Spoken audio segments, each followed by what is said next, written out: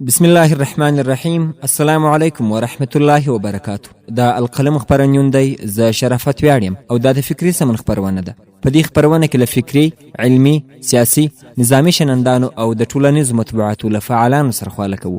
د فکري سمون دا خپرونه مو تړون د امریکا اړتیا ته ځانګړې کړې ده. هیله ده تر پایه تعقیب کړئ. که د طالبانو او امریکا ترمنځ شوی تړون نقض شي، پایلې یې څه کیدای شي؟ په دې باب قطعي پریکړه کول به ستونزمن او له وخته مخته خبره وي.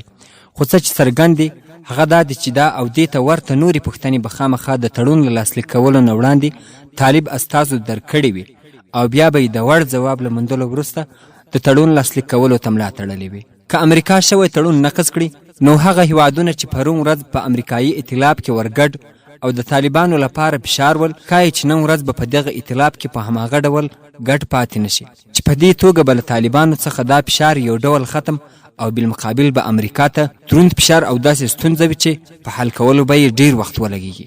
همداسې به د یادې موضوع اړوند د محترم قدرت الله جواد صاحب نظر را اخلو. دوه لسیزې په افغانستان کې جګړه د افغانانو او امریکایانو ترمنځ دا به مختلف ابعاد لري، مختلف اهداف به لري، خو تر ټولو ستر هدف دا دی چې دغه جګړه د ارزښتونو او اعتقاداتو جګړه وه او په دې باندې موږ تاسې پوهېږو چې ارزښتونه او اعتقادات نو بیا بیه نه لري.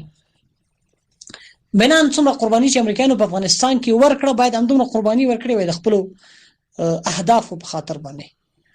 خو دا چې کوم خلک په افغانستان کې د امریکا په خلاف مقاومت کوي، د هغوی په وړاندې ولاړ دي، امریکایان هم په دې باندې پوهېږي چې د یوې سپېڅلې انګیزې او عقیدې په اساس باندې دا خلک مقاومت کوي، په هیڅ صورت باندې دا خلک ماته نه مني، ځکه دا خلک خپله مرګ ته غاړه ږدي او خپل مرګ د ځان لپاره د دنیا او د آخرت سعادت ګڼي. نو داسې خلک چې خپل مرګ ځان لپاره د دنیا او د آخرت سعادت ګڼي، هغه خلک به څنګه مات شي؟ بنان امریکایانو په دې جګړه کې ډېره زیاته قرباني ورکړه او تقریبا اقتصادي د رکود سره مخ دی. په داخل د امریکا کې سیاسي کشمکشونه او مخالفتونه ډېر زیات دي، داخلي امنیت خراب دی. امریکا د دې نه بغیر بله لار نه درلوده، باید هم مذاکراتو ته غاړه ایښې وای او دا خبرې دا موضوع د مذاکراتو د لارې حل کړې وه. دویمه خبر دا ده، کوم خلک چې دا وایي چې ممکن جو بایډن دغه تړون لغوه کړي، امریکایانو چې د ډېر قوي اقتصاد سره، د ډېر قوي فوج سره او د ډېر قوي نړیوال ائتلاف سره په 20 کلو کې د افغانستان دا جګړه مهار نه شوه کړی، ویې نه شوه ګټلی، نو د دې نه وروسته په هېڅ صورت باندې نشي ګټلی. زه فکر کوم هغه خلک چې امریکا ته پالیسي جوړي، هغوی مطلق په دې باندې پوه شوي دي چې هیڅ امکان نه لري چې د افغانستان قضیه یا معضله د مذاکراتو نه بغیر حل شي، د زور د لارې، د تشدد د لارې، د جګړې د لارې، د ظلم او د وحشت د لارې دا موضوع نه حل کېږي. که چېرته د وحشت او د ظلم د لارې دا موضوع حل کېدلی، دا 20 کاله به دا موضوع حل وای. بنان اوس چې څوک د امریکا په خلاف ودرېدلي دي، هغوی نړیوالو ته په دې باندې قناعت ورکړی چې امریکایانو دا 20 کاله په افغانستان کې ظلم کړی دی، ناروا یې کړی دی چې راغلي دي او افغانان یې وژلي دي، زموږ د ارزښتونو زموږ د اعتقاداتو سپکاوی یې کړی دی.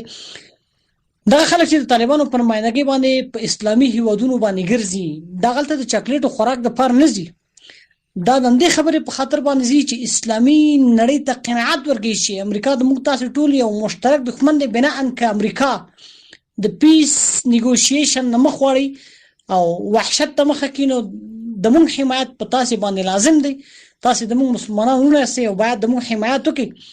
که چېرته نور حمایت نشي کولی، مستقیم په دې جګړې کې د موږ سره نشي شریکېدلی، نو مادي حمایت مو وکړئ، موږ ته پیسې راکړئ چې موږ دا مشترک دښمن د دې ځمکې نه ورک کړو، چې تاسې هم د جنجال نه بېغمه شئ، موږ هم د جنجال نه بېغمه شو. نو زه فکر کوم چې د طالبانو سیاسي دفتر ورځ تر بلې پیاوړی کېږي او نړیوالو سره روابط قایموي، نړیوال ته په دې باندې قناعت ورکوي چې امریکایان په افغانستان کې یو مطلق ظلم کوي او د ظلم په خاطر باندې راغلي دي. د سولې او د مذاکراتو نه بغیر بل هیڅ دا چې طالبان د سیاسي اړخ په لا زیات غښتلي کولو باندې اخته دي او د دې کار لپاره سخت برداشتونه هم کوي، خو که امریکا شوی تړون نقض کړي، نو امریکا به په نړۍ کې خپل سیاسي حیثیت وبایلي او بالمقابل به د طالبانو سیاسي اړخ لا پسې غښتلی او طالبان به نړیوال سیاست او رسمیت خپل کړي او په دې توګه به هغه هدف چې په ډیرو برداشتونو او مصارفو یې خپلول سخت دي په ډیره اسانه او ارزانه طریقه به یې خپل کړي.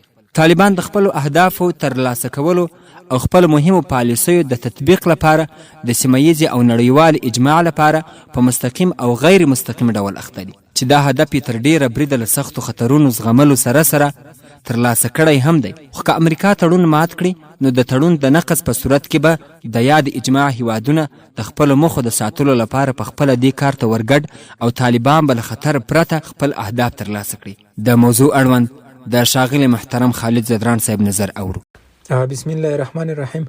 په افغانستان کې په دې وروستیو کلونو کې د امریکا د پوځ تلفات ډیر زیات وو، همدغه شان د دوی مصارف هم زیات وو. هغه تلفات چې امریکا په افغانستان کې ورکول دا د امریکای د جنگونو په تاریخ کې ډیر کم ساري دي. همدغه شان د دوی جنگي مصارف هم تر نورو جنگونو ډیر کېدل. ویل کېږي چې د بګرام له هوایي اډې به د دوی یوه الوتکې هلمند ته د بمبار په موخه سفر کولو. هغه سفر به دوی ته په شاوخوا 2.5 میلیونه ډالر پرېوته چې دا ډیر لوړ مصارف دي. بل طرف د طالبان لخوا هم د داسې تندریزو بریدونو ښکار شول چې زما په فکر د امریکا نسلونه به یاد ساتي، لکه د شوراب عملیات. همدغه شان په کابل کې د تر ټولو خوندي مرکز د CIA پر دفتر برید چې یاد دفتر ته هغه محافظین یا هغه پریادران راوستلي وو چې د نړۍ په پرمختللو پوهنتونونو کې دوی روزل شوي وو، هغلته تدریسونه کړي وو، خو د خړې مدرسې خړ طالب پر وړاندې ناکام شول. نو بل اخیره دوی مجبور شول چې د یوې سیاسي لارې څخه طالبانو سره یوې هوکړې ته ورسیږي. دوی وپوهېدل چې دا جګړه د جګړې له لارې نه ګټل کېږي. دوی وپوهېدل چې طالبان د جګړې له لارې نشي ماتولی. نو بل اخیره چې خپل ځان ته د خټو پوزه کېږدي نو اړتیا یې ولیده له طالبانو سره خبرو ته کېنستل. امریکایان په دې مفکوره دي چې د خپل تاریخ تر ټولو اوږده جګړه پای ته ورسوي او د دې لپاره چې دا جګړه د جګړې له لارې حل کېده نه او ګټل کېدلی نه شوه، دوی مذاکراتو ته مخه کړه او د مذاکراتو په پای کې د لسګونو هیوادونو په حضور کې دوی تړون لاسلیک کړ. نو ځکه وایو چې تړون د امریکا اړتیا وه او ده. که خدای مکړه دوی بیا هم له شوي توافق څخه په شا شي یا تړون لغوه کړي، زما په فکر دوی ته په افغانستان کې هم هغه څه ورپېښ شي لکه په ویتنام کې چې ورپېښ شول. دوی به بیا دغه لار چې دوی د طالبانو لخوا ترلاسه کړې ده چې دوی به د افغانستان څخه پر امن وځي، دوی به بیا دغه لار ترلاسه نه کړي. بیا به وخت ګوري چې دوی څنګه په کومه لار له افغانستان څخه خپل خپې سوکوي، که نه د دوی راغلي ځواکونه دلته د خاورو سره خاورې کېږي. طالبان ځان ته د نړیوال رسمیت د پیدا کولو او د امریکا انزوا ته د بیولو په لټه کې دي چې د دې کار لپاره زیات تکلیفونه هم په ځان منلي دي. خو تړون نقض کېږي نو د نقض په صورت کې طالبان رسمیت پیدا کوي، ځکه د جریان شاهد هیوادونه به د خپلو اهدافو د ساتلو لپاره تړون ته ژمنتیا ښایي او د نقض په صورت کې به مجبوریږي چې یا په امریکا یو ډول فشار وارد کړي او یا ان د طالبانو بشپړ ملاتړ هم وکړي چې بیا به دا چاره د طالبانو لپاره چانس او د امریکا سیاست ته دروند ګزار وي او بالاخره امریکا به په خپله انزوا ته کش کړي. طالبانو ته سیمه ییزه فضا جوړول ډیره اړتیا لري او د دې اړتیا لپاره یې له کالونه را په دې خوا بېلابېل پروګرامونه په کار اچولي دي او دا هدف یې د سیمه ییزو قدرتونو سره د ښو اړیکو په جوړولو سره تقریبا ترلاسه کړی دی. بل طرف یې د امریکا لپاره په سیمه کې خپل نفوذ ساتل هم اړین دي، خو د اوس لپاره دا هدف په نظامي توګه ترلاسه کول ناشوني دي، ځکه د امریکا په مقابل کې اوس دلته روسیه، چین، ایران، هند، پاکستان او نور مخکښ لوبغاړي موجود دي چې هغوی د امریکا په مقابل کې د نظامي زور پر ځای له اقتصادي او اجتماعي زوره کار اخلي. خو که امریکا تړون ماتوي او غواړي زور وکاروي نو طالبان لا غښتلتیا پیدا کوي او امریکا خپل بشپړ نفوذ له لاسه ورکوي. اوس به د محترم نصیب زدران صاحب نظر واورو. د کوم وخت راسي چې د امریکایانو نوی ولسمشر جو بایدن واک ته رسېدلی، نو یوه اوازه په رسنیو کې ډیره ګرځي چې ممکن جو بایدن تړون مات کړي او د دې اوازې سره بیا ډیر سوالونه هم راپورته کیږي چې یو مهم سوال دا دی چې که تړون مات شو نو طالبانو ته به ډیر تاوان وي که امریکایانو ته. نو که د دې سوال جواب غواړو بیا راځئ 2001 کال ته لاړ شو کله چې امریکایانو یرغل وکړ او امارات سقوط وکړو. نو په هغه وخت کې امریکایان په کوم حال کې وو او د طالبانو څه پوزیشن وو؟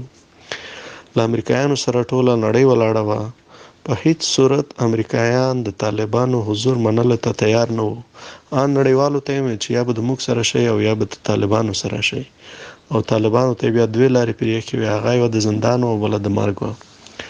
مقابل کې د طالب څه حیثیت و، د شپې ځای ورک و، په سیاسي ډګر کې هیڅ نمایندګي نه وه. خو د وخت په تېرېدو سره دا جوته شوه چې د امریکا جنگ د یوې ډلې سره نه دی بلکې د ملت سره دی. مثلا ډله خو تامل پړانګان دي، بلکې وو چې د سریلانکا سره جنگ وکړ، په داسې حال کې چې د دوی سره سمندري او هوایي ځواک هم و، خپل هوایي ځواک و.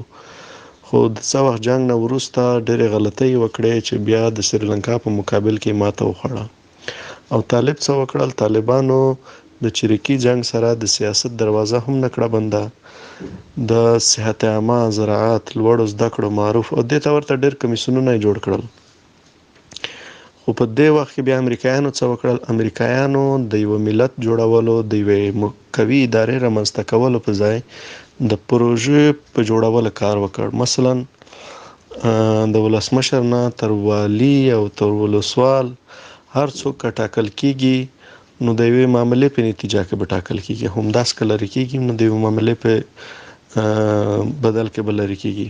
او مقابل کې طالبان د یوه فرمان د لارې خپل 14 والیان په یوه ورځ کې بدل کړي.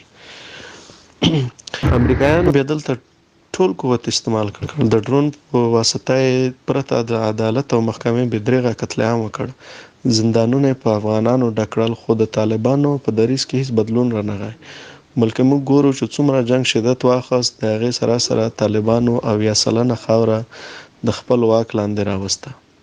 او دا خو د نظامی ډګر حال دی. په سیاسي ډګر کې څه حال دی؟ سیاسي ډګر کې اوس ګاونډي او نور نړیوال هیوادونه غواړي چې د طالبانو سره تعلقات جوړ کړي. په نړیوال سیاست کې د کومې خواخوږۍ یا د جذباتو باندې سیاست نه کیږي. نړیوال که سیاست کوي نو هغه کې خپله ګټه ویني، په کوم شي کې چې ګټه وي دوی به هغه سیاست کوي. نو ځکه دوی دا ویني چې طالبان د راتلونکي واکمنان دي، نو ځکه طالبان ورغواړي خپل هیوادو ته تعلقات ورسره جوړوي. او بل طرف ته امریکایان په یو داسې حال کې قرار لري چې د ولسمشر میرمن هم د ډالرو په غلا توره نه ده.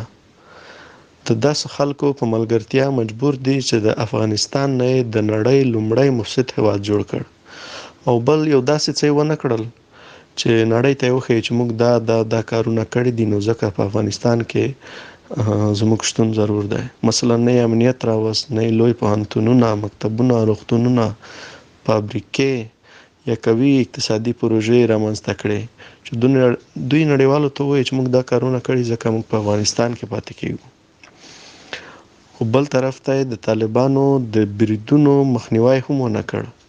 که طالبان وغواړي نن اوربند وکړي، په ټول افغانستان کې به اوربند وشي، او که بیا وغواړي چې بریدونه پیل کړي نو د باګرام نه ونڅه په هر هغه ځای چې دوی غواړي برید کولی شي. نو را به شو خپل ځواب ته په لنډو الفاظو کې به ووایو چې د باعزته انخلا لپاره تړون د امریکایانو اړتیا ده، او وخت راغلی چې د واک د افغانستان رښتینو نمایندګانو ته وسپاري، تړون مات نه کړي. او افغانستان چې چیرته چې نږدې 40 کاله وشول چې جنگ روان دی، دې ته پرېږدي چې د نورو نړیوالو غوندې پرمختګ وکړي او ولس یې د آرام ساه واخلي. قدرمنو اوریدونکو، دا و د نن خپرونه.